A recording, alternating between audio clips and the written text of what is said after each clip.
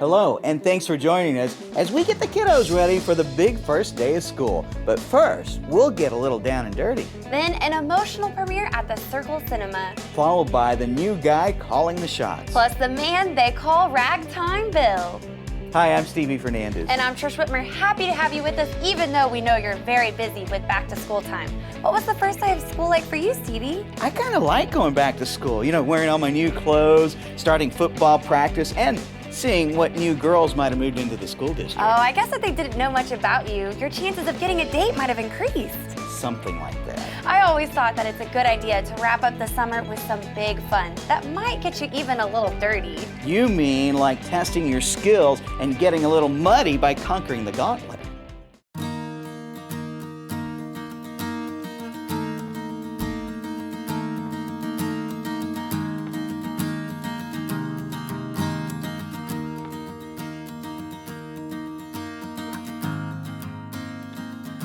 Our mantra is kind of more mud, more obstacles, more than just a race, because there's a lot more, it's a full event we put on.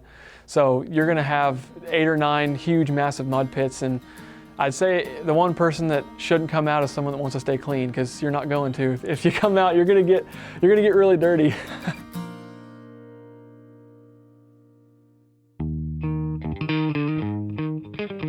When it was started by myself, my older brother, and my wife, all three of us were kind of just into fitness growing up, always played sports. We'd run a couple runs ourselves. My wife ran the Little Rock Marathon, so we've always kind of been runners and into fitness and into fun events, into getting people to come together and have fun. So just wanting to do something unique, different, and these events were kind of getting a little more popular at the time, but we didn't have anything in Oklahoma locally that was kind of locally grown, locally owned and operated, that was kind of on the more elite side with tougher things to do, but that people could come out and attempt to accomplish. So I think that's where the passion behind that probably comes from. It's 4 miles, and you'll come up, the first obstacle you'll come up to is probably a little bit easier one to get you warmed up, maybe a short wall or a run-through tunnel that has tires that you have to barrel through, kind of like a football player. Then you'll hit some mud pits, and the obstacles will get progressively more difficult. One of our signature obstacles is called Walls of Fury. It's 5 walls in a row consecutively. They're 8.5 feet high, and it's really a backbreaker. I ran the Kansas City race the day before it, just after we had finished it, and it probably took me 2 minutes to get through all 5 of those, because it's tough. It's always at the end, so you're already worn out, and you got to really push through it and kind of have trained for it usually to get over all 5. That's one of our fan favorites for sure. We're not just owners, we're owner operators. We don't make enough money off these events to hire a crew to come out and set it up, and I got this guy who does my carpentry or this guy who does my dirt work. Me, my brother, and my wife do everything, and that's from running our Facebook page, running our Twitter account. My wife does all the administrative stuff. Me and my wife answer basically every email that comes through our email account. We do all the administrative stuff. My brother went to Tulsa Law School, so he does the legal stuff and prepares the waivers and all the contracts we do. I build all the obstacles myself for each event. So between the 3 of us, it takes about 15 days to set one event up, and it's just the 3 of us that do everything. We've got a semi-trailer that we have pulled around with all of our stuff in it, and we go and set up our event. It takes about 15 days to set that up, and 3 or 4 to take it down. And family usually comes out and volunteers at the events, and I've had a friend here or there come out and help do some carpentry, but basically the 3 of us knock it all out. So it's a lot of manual labor, but we love it. On race day, when you see almost 1,800 people show up and you started with nothing, you're overwhelmed with joy, and you pass it on to the runners and you're excited to see them. You feel a lot of pride. I think mainly you feel a lot of gratitude, because you know that not everyone gets that blessing. Some people, go out of business, so that's kind of twofold. You could go out of business any second, so you really don't want to sleep. You want to stay up and work harder and keep working, and how can we improve, and stay in the kind of war room and research and see how we can improve. But also, I think the biggest feeling that we all 3 feel is just overwhelmingly blessed, and just don't deserve it at all. But God's blessed us, so we're going to just keep working hard and smiling about that. Stephen, his wife, and brother have done an amazing job putting together the event. Plus, Stephen and his wife just celebrated the birth of their newest family member. If she just gave birth and put together this event, then there's no reason why you can't get ready for this year's Tulsa race coming up Saturday, August 23rd. If you think you're up for the challenge, visit conquerthegauntlet.com to register and find out other information about the race. You know what I'm just thinking? Let's see how many Steves we can get on the show today. Don't you think one is enough? Well, there's me, and we just got visiting with Stephen Main Prize. Great last name, by the way. And next, I thought we'd visit with Stephen Earp. Oh, right. He's the executive producer of the movie Coming to Tulsa about the Moore tornado in May of 2013. And we'll learn all about the new movie, the premiere at the Circle Cinema, and when you can see it next when Explore Tulsa continues. Ever since the first movie theaters opened in the early 1900s, man has been trying everything to bring that same experience home to enjoy with their families. And for more than 30 years, Video Revolution and their home entertainment experts have been making those dreams come true by designing custom home theater solutions for both in and outdoor use. From 1080p LEDs to the brand new Sony 4K flat panel TVs, or come in to see the latest in sound bars and surround sound setups. Always the top name brands are found at Video Revolution. That same electronic expertise we also apply to your business communications network, from boardroom automation to video wall presentations. No matter what technology the future holds, you can count on Video Revolution to be leading the way. Tulsa's headquarters for the best selection and installation of cutting-edge electronics. Video Revolution on the northwest corner of 71st and Lewis.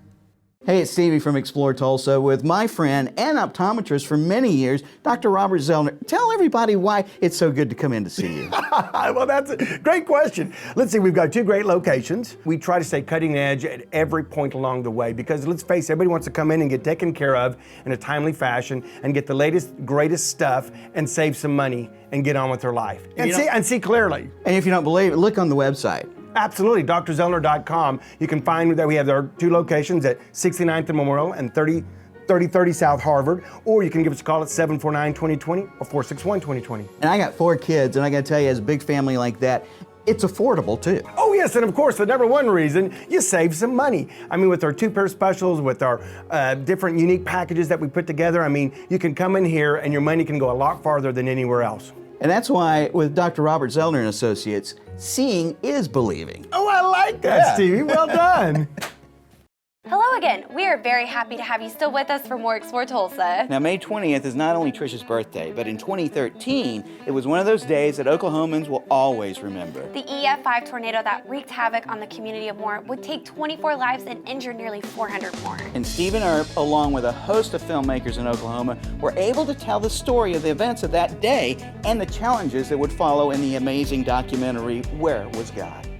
I live in Moore, and I pastor Elevate Church there in Moore. When the storm came through on the afternoon of May the 20th, everyone in our area was impacted to some extent. For some that experienced the worst kind of tragedy, you know, they're still wondering if they're going to ever come out of the storm. So we found ourselves all of a sudden in full-time disaster relief, just like everyone else in Moore. I had a friend approach me who was involved in film, and he said, hey, his name was Chris Forbes, he was a producer, and he said, after the media is gone from here, there still are going to be stories worth telling. And that's how this was born. We wanted to follow a handful of families, sharing stories of faith, hope, and overcoming, and sort of chronicle the emotional and spiritual recovery. There's the Newby family is one example. Their son was in Plaza Towers Elementary, which was destroyed by the tornado, and some of the kids didn't make it out. Their son was heroically saved by his teacher. She sacrificed her body, ended up in the hospital for months. And these are the types of stories that we see a lot of, where tragedy turns everyday people into heroes. And so even in the midst of great darkness, you see these lights or these silver linings where God, through people, really can cause great things to happen in spite of the disaster. A common question people ask is why when tragedy strikes? Why did God allow this to happen? Or if God is good and He's all powerful, well, why do bad things happen? And that's a very difficult question to answer, the question why. And I would not presume to know the mind of God in an attempt to answer that question. But what we tried to do with the film is reflect on the question, where was God? Which we do think we may not be able to answer it directly, but we feel like the stories of these people in their first person narratives, through their own words express how they believe they encountered God in such a way. There are some of the families reflected in the film that still day to day, it's a struggle. It depends on the day, it depends on the week. When you lose someone very close to you, it's not something that you recover from. There's sort of a new normal that's happening there. So it really varies family to family. This is the redemption tree, and it was fashioned completely out of, to the extent that we could, is fashioned completely out of debris from the Moore tornado. There are some pieces in it that are reflective of different family members that were either lost or saved in the film. And then, it was put together by an artist, Tony Hebert, who's an Oklahoma City artist. It took him 4 months with volunteers to help put this together. In addition, Chris McGahan was a glass blower. Part of the sculpture has a Redento Refinado, which is blown glass. It means redeemed elegance. So it's this idea of making something beautiful out of brokenness. And that's really what the redemption tree represents. It's the concept of rising from the rubble, no matter what happens in your life, still having the ability to pick up some pieces and go on with your life. There's already a bustling film community here in Oklahoma, a lot of professionals and artisans of different crafts, and many of them approached us saying that they wanted to be involved and give back. Our lead editor on the project, for instance, is Don Stevenson, and he lost his home in the May 3rd, 1999 tornado. And when he saw this project, the film community had helped him a lot at that time, and he looked at this and thought, this is a great way for me to give back. And we just saw that over and over and over. And this was a way that gifted artists could contribute to recovery in a way that matches their gifts and abilities. We believe and we hoped that when people watch this, they would walk out hopeful that no matter the circumstance, you can find hope, you can find faith, you can overcome. And I think that is the result that we're having. Stephen let me take a sneak peek at the movie, and it's very moving. My wife cried through half of it, and that woman never cries at movies. Now, did you cry, Stevie? I teared up a little, but when you see people who are just going about their lives and how this storm made them face so much more, you'll cry too. Where Was God premieres at the Circle Cinema Sunday, August 17th, and we'll play there too beginning Friday, August 22nd. With school starting up, that means Fridays aren't just for movie premieres anymore. It's time for some football. And this season, the Broken Arrow Tigers have a new guy in the hot seat. So just ahead on Explore Tulsa, we'll meet Coach David Alexander. Hello friends, it's Dr. Danny for the Danny Beck Chevrolet Clinic. I've spent years perfecting my secret formula to make customers happy. Now you can buy a car at a place where you're pressured, or you can come out here and do it the easy way and get great prices, great service, and have fun doing it. So come by the Danny Beck Chevrolet Clinic and see me or one of my associates for a deal that won't make you squeal. Persimmon Hollow Flea Market Village. Shop 16 buildings on 3 acres. Free admission and parking's free too. Open every weekend, Friday, Saturday, and Sunday. Find us 1 block east of 71st and Garnett behind the Salvation Army store. Oh, Trish, can you feel that? Feel what, Stevie? Friday night lights. The band playing, the roar of the crowd, the feel of the turf at your feet. Snap out of it, Stevie. This is the Explore Tulsa set. Those folks there are our friendly viewers, and you're about to tell us about Broken Arrow's new head coach. Coach David Alexander, heir to the throne of the BA, following in the footsteps of Coach Spavital, who led them to the state title in 2011, and Coach Lancaster, an Oklahoma legend with 6 titles attached to his name. Alexander will be vying for what no Broken Arrow coach has ever been able to do before him. Yeah, figure out a way to keep you off the field? No, win the elusive Golden Ball, a state championship. While Stevie is stuck in nostalgia land, let's meet Coach Alexander and see what the Tigers have to look forward to this season.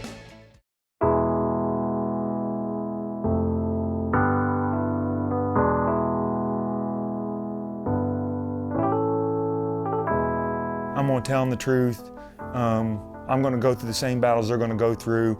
If I'm not going to ask these boys to do anything that I wouldn't do. So when they leave here, they're going to have known that Coach Alexander cared about them, loved on them and hugged on them, pushed them to their limits, and hopefully made them as good a player and person as they could be. That's the coolest part about being a coach.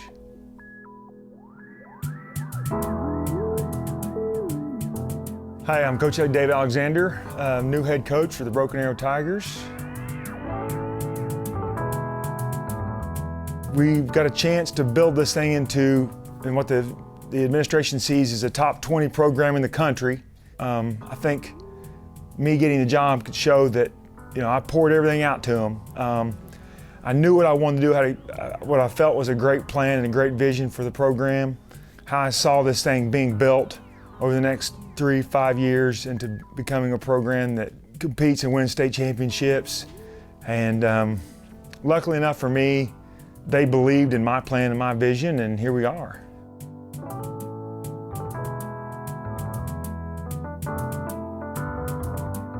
Had to hire almost a whole new staff, guys that believed in the way I believed. We had to start with the administration as well. Okay, what do we need to do to win? And the administration was completely on board. They have given me everything I've ever asked for, and so we have the tools and we're going to have the facilities to compete.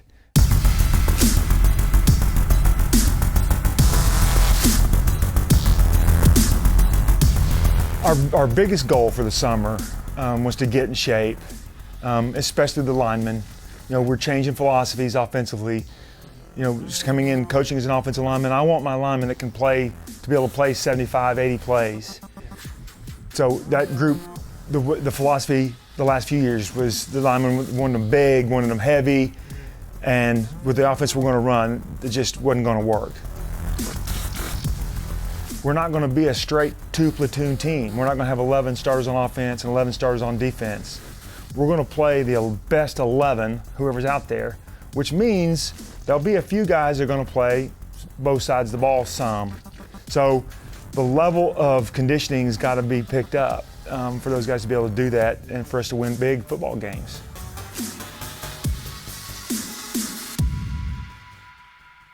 They have not backed down one bit from anything we've asked them to do. We're working them very, very hard. We are going to be young this year. We're going to have, it could be anywhere from 13 to 15 starters that are going to be underclassmen. We've got a lot of guys that are going to be in key positions that haven't been under the Friday night lights, but they're obviously very talented or they wouldn't be starting over seniors.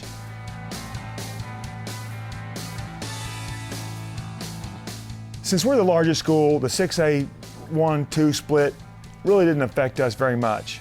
Okay, the only thing that you will see is we won't have those games where, the competitive side is so out of balance as we've had in the past, where you might have a game where you would, your starters, you're only going to plan on playing them 20, 25 plays.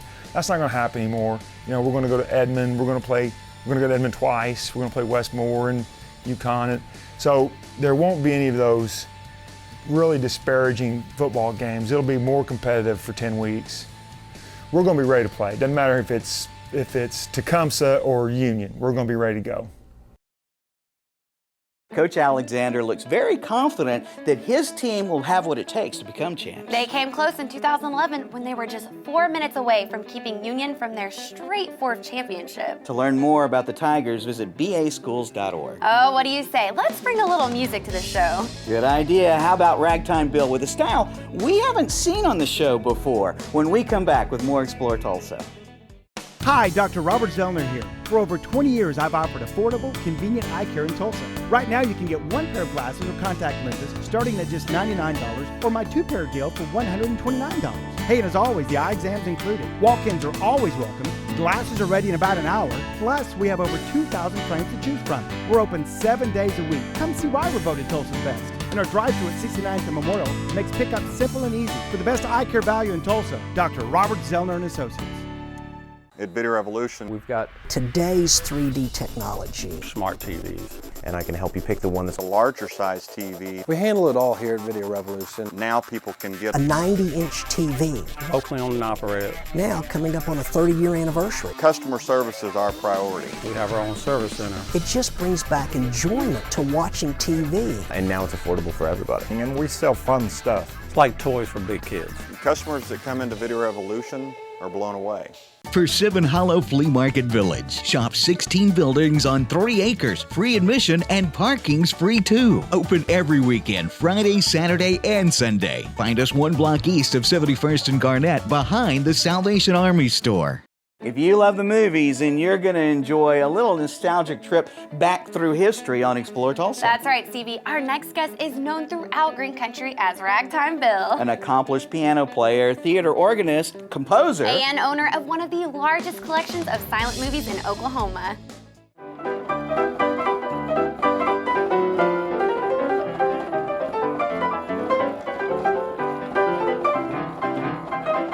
I've always been interested in piano music, specifically ragtime. And since I was a kid, I enjoyed playing ragtime from the age of about 15.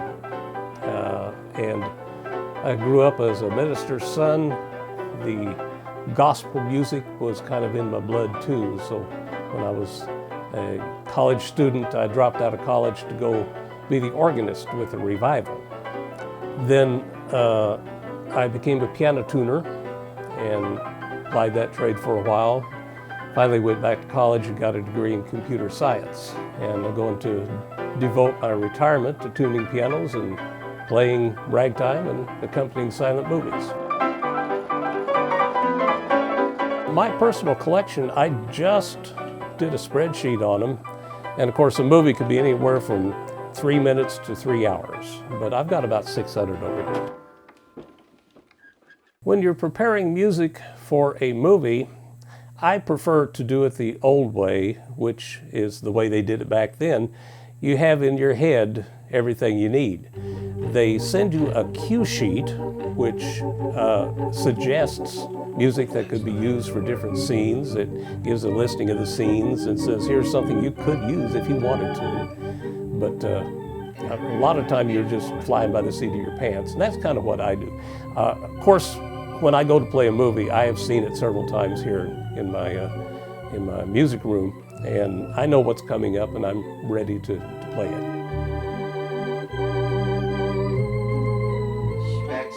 We'll go back to the 1800s when they were just starting to make moving pictures, and you could get a crowd excited by simply showing a train coming into a station. They started telling stories in about 1903. The Great Train Robbery was a seminal moment. They told a story, and people ate that up. And the action got better, the acting got better. By 1912, they were building buildings that would actually show nothing but movies, because prior to that time, the movies would be maybe the 5th act on a vaudeville show. And they had special places built, Nickelodeons. You come drop your nickel in and go in and watch a movie. And these are small buildings. They were small enough that the accompaniment could be on a piano. And this is where ragtime comes in, because the ragtime was the music of the day back in the 19-teens. And movies got more and more involved, and they started building movie palaces that would hold thousands of people. Well, the piano would no longer carry it. You couldn't fill a big hall with just a piano. Then they had an orchestra, the vaudeville orchestra, but that was expensive. So they thought, we're going to save some money, and they built a special organ. The theater pipe organ is the only instrument I know of that was ever designed to put musicians out of work.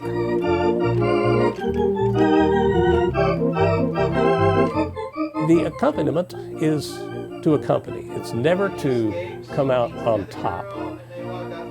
An accompanist knows he's done a good job if the audience tells him, you know, I never heard the organ.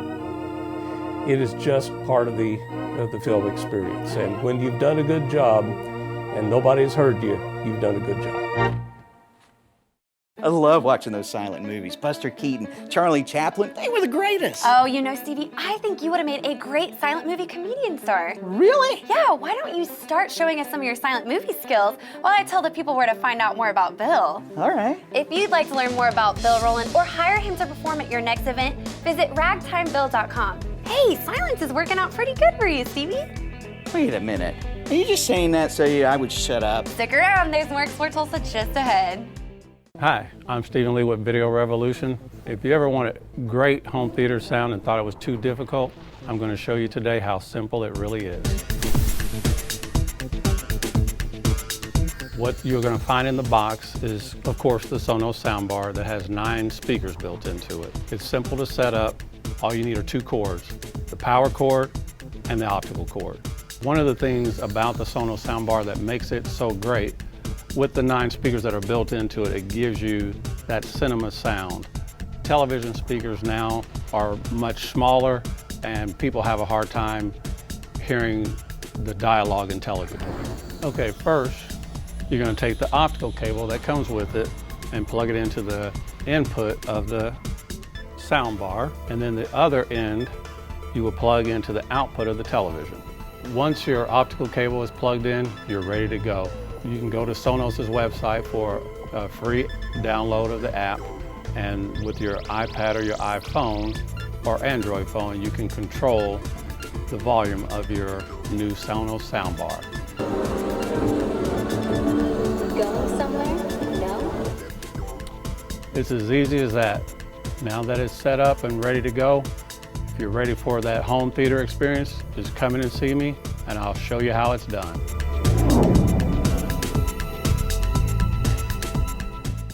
Be sure and join us next week when we check in with Mike Massey and learn all about the Route 66 Village. We want to thank Stephen Main Prize for bringing us fun and fitness with his wife and brother at Conquer the Gauntlet, August 23rd at the Tulsa Raceway Park. Still loving that last name, Main Prize. Thanks too to Stephen Earp and the crew that brought us the very heartfelt movie, Where Was God? Good luck with your showings at the Circle Cinema. And to Coach Alexander and his Broken Arrow Tigers, hope you guys have a great season this year. Plus, thanks to Ragtime Bill Rowland for sharing his music and movies with us. Remember, if you miss any of the show, you can always catch us at exploretulsa.com. As always, each week we feature the people, places, and attractions that make us proud to call Tulsa our home. Hey, don't forget to like us on Facebook. Share with us someone you think Tulsa should know more about. Plus, remember, Explore Tulsa is brought to you by Video Revolution, located on the northwest corner of 71st and Lewis. Stop by, say hello to Ron and all of the guys for your home entertainment needs. And Explore Tulsa is also proudly brought to you by Dr. Robert Zollner and Associates. Home of the 2-pair for $129 deal with 2 locations, 3030 South Harvard and 69th and Memorial. Well, that's all the time we have for you on this week's show, but we'll see you next week right here on Explore Tulsa.